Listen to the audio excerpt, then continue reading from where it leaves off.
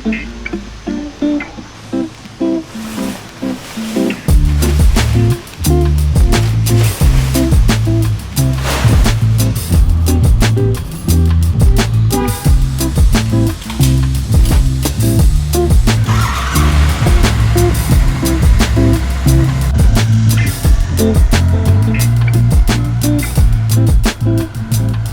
everyone, hope you're all doing great.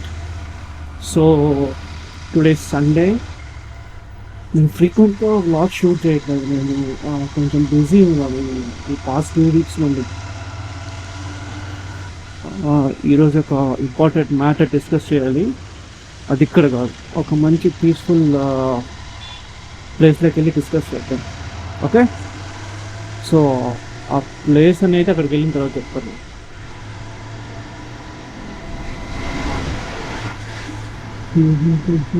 Oh my God, ఈ traffic ఏంట్రా అయ్యా ఉంటుంది ఈరోజు.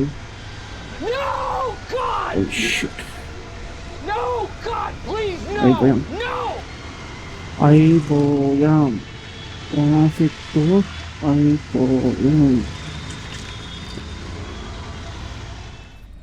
హాయ్, సో మైక్ పని చేస్తున్నాను అనుకుంటా.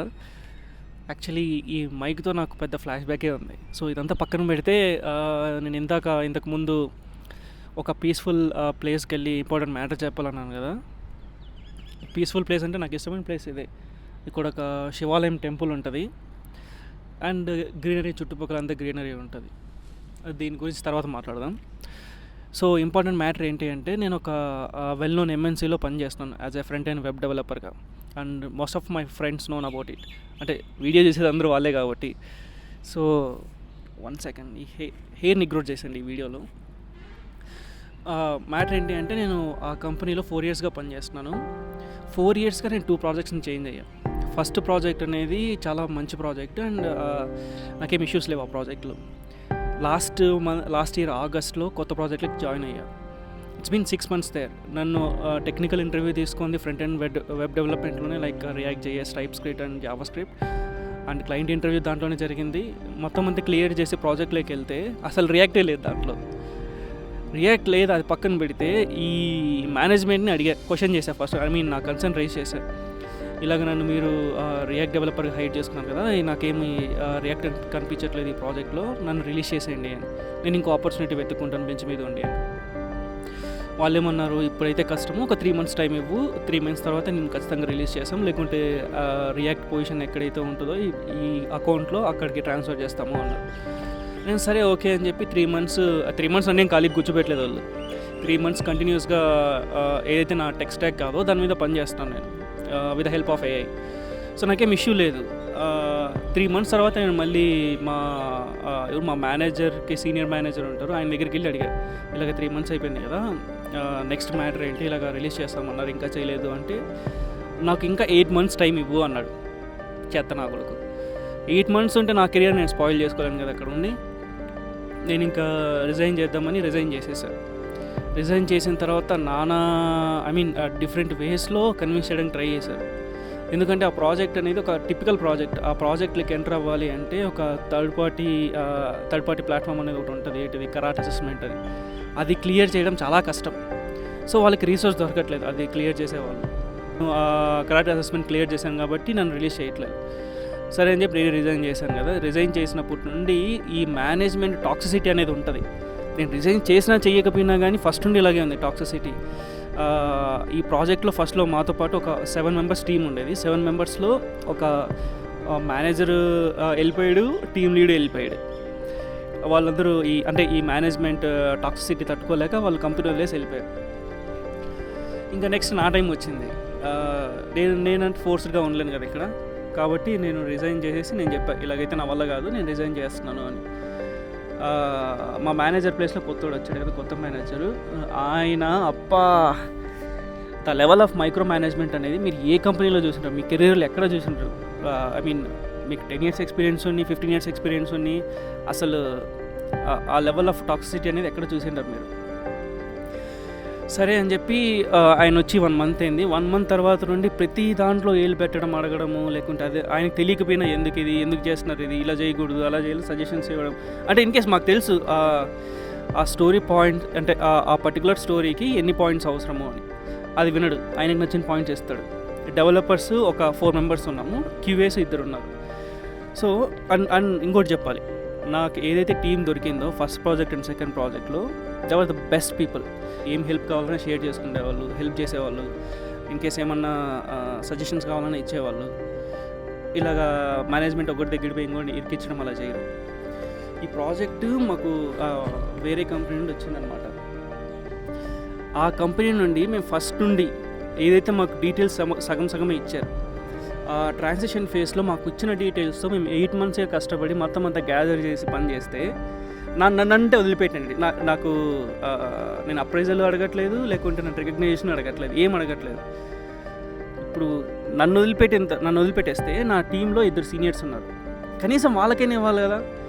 పాపం వాళ్ళు రాత్రింపగలు కష్టపడి ఈ ప్రాజెక్ట్ని స్టేబుల్ ప్రాజెక్ట్ అంటే క్లయింట్ దగ్గర నుండి అప్రూవల్ తెచ్చేంత వరకు ఎంత కష్టపడి ఉంటారు వాళ్ళు. వాడికి ఇవ్వకుండా నిన్నగాక మొన్న జాయిన్ అయిన మేనేజర్ గాడు వాడు ఏం మ్యానిపులేషన్ చేశాడేమో మేనేజ్మెంట్ దగ్గర, వాడు అప్రిషియేషన్ తెచ్చుకుంటున్నాడు. మళ్ళీ ఇవేవి రివార్డ్స్ ఉంటాయి, రివార్డ్స్ అన్నీ ఆడికే వెళ్తున్నాయి. ఇదంతా టీం తెలిసిన తర్వాత టీం కూడా చాలా డిసప్పాయింట్ అయిపోయారు. ఇప్పుడు ఎంకరేజ్మెంట్ అనేది లేకపోతే ఎవరైనా ఎందుకు పని చేస్తారని చెప్పు. అండ్ ఈ టాక్సిటీ అనేది నాకు ఒక్కడికే కాదు, టీంలో ప్రతి ఒక్కరికి అలాగే ఫేస్ చేస్తున్నారు. వాళ్ళు వాళ్ళ కమిట్మెంట్స్ ఉండడం వల్ల ఉన్నారేమో, కానీ కమిట్మెంట్స్ లేకపోతే అలాగే ఎప్పుడో బయటకు వచ్చేసేవాళ్ళు. సో ఇది ప్రస్తుతం నేను రిజైన్ చేయడానికి రీజన్. ఇదంతా పక్కన పెడితే ఇంకో మెయిన్ మ్యాటర్, యాజ్ ఎ హ్యూమన్గా ఎవరికైనా కానీ పర్ డేలో 24 వాల్యుబుల్ అవర్స్ ఉంటాయి. 24 అవర్స్లో నువ్వు 7 to 8 అవర్స్ పడుకుంటావు. ఆ 7 to 8 అవర్స్ తీసేస్తే ఒక ఎంత ఉంటుంది, ఇంకో 17 అవర్స్ ఉంటుంది. 16 అవర్స్ ఉంటుంది. 16 అవర్స్లో ఒక 4 అవర్స్ చేస్తాయి నీ ఎక్స్ట్రా కరికులర్ యాక్టివిటీస్కి, నువ్వు బయట తిరగడానికి దానికి ఇంకెన్ని అవర్స్, 12 అవర్స్ ఉంటుంది. 12 అవర్స్లో నువ్వు కష్టపడి, అది నీ యాక్టివ్ అవర్స్, 12 యాక్టివ్ అవర్స్లో నువ్వు 10 అవర్స్ స్పెండ్ చేస్తున్నావు నీ ప్రాజెక్ట్లో పని చేయడానికి. అది నీకు ఇష్టం ఉండి పని చేసే okay, well and good, problem లేదు, నువ్వు పీస్ఫుల్గా ఉన్నట్టు. ఎప్పుడైతే నువ్వు ఇష్టం లేకుండా బలవంతంగా చేస్తావు అంటే చేయాల్సిన అవసరం ఏముంది? ఇది నీ valuable 10 hours, active 10 hours spend చేయాల్సిన అవసరం ఏముంది? మీరంటే సింపుల్గా అనొచ్చు, మంత్ ఎండ్లో శాలరీ వస్తుంది కదా, శాలరీ కోసం పని చేస్తాము అని. శాలరీ కోసం అదొక్క వేయే ఉందా? అదొక్క దారే ఉందా? 10 గంటలు కష్టపడి ఇలాంటి టాక్సిటీ ఎన్విరాన్మెంట్లో నిద్రలు మేల్కొని రాత్రి వరకు పనులు చేసి అంత కష్టపడి చేసి ఒక 50,000 లేకుంటే మీ శాలరీ ఎంతైతే ఉందో అదంతా వర్త మీ హెల్త్ని ఖరాబ్ చేసుకోండి. ఇదంతా ఆలోచించాను. నాకు ఎప్పటినుండో ఉంది ఈ ఐడియా. సో నేను ఒక ప్లాట్ఫామ్ మీద వర్క్ చేస్తున్నా. ఇలా 10 అవర్స్ లేకుంటే వానికి ఏదో స్లేవ్గా పనిచేయడము, లేకుంటే నీకు ఇష్టం లేకపోయినా పని చేయడం, ఇదంతా పక్కన పెట్టేసి నేను క్రియేట్ చేయాలనుకున్న ప్లాట్ఫామ్లు ఇవేమి ఉండవు. సో నీకు నచ్చిందా నువ్వు చేస్తావు, నీకు 1 గంట నచ్చిందా 1 గంట చేస్తావు, 2 గంటలు నచ్చిందా 2 గంటలు చేస్తే వదిలేస్తావు. ఇది నేను ప్రస్తుతానికి బిల్డ్ చేయాలనుకుంటున్నాను. వన్స్ ఈ సక్సెస్ అయితే మీరు కంటిన్యూస్గా ఈ జర్నీ ప్రోగ్రెస్ని చూస్తారు. నేను ఎప్పుడైతే ఈ ప్లాట్ఫామ్ని కంప్లీట్గా బిల్డ్ చేశానే బిల్డ్ చేసి లైవ్ పబ్లిక్ రిలీజ్ చేసినప్పుడు చెప్తాను ఎలాగుంటుంది అని. అప్పుడు నాకు తెలిసి ఇది most of the people are not willing to work in IT or ఈ ఐటీ అనే కాదు, ఈ బ్యాంకింగ్ సెక్టర్ అయినా, ఐటీ సెక్టర్ అయినా, మెకానికల్ సెక్టర్ అయినా, ఏ సెక్టర్ అయినా ఇష్టం లేకుండా పనిచేసే వాళ్ళకి ఇది ఒక వే అవుద్దని నేను అనుకుంటున్నాను. సో అది ముఖ్యంగా ఇది చెప్పాలనుకుంటున్నాను. ఓకే, నేను ఫైనల్గా చెప్పేది ఏంటి అంటే, ఈ కైండ్ ఆఫ్ టాక్సిటీ ఎన్వైర్న్మెంట్లో మీరు పనిచేయాల్సిన అవసరమే లేదు. మీరు ఎవరి కోసం అయితే పని చేస్తున్నారో వాళ్ళని ఒక 10 minutes వాళ్ళని కూర్చోబెట్టి ప్రశాంతంగా ఎక్స్ప్లెయిన్ చేయండి.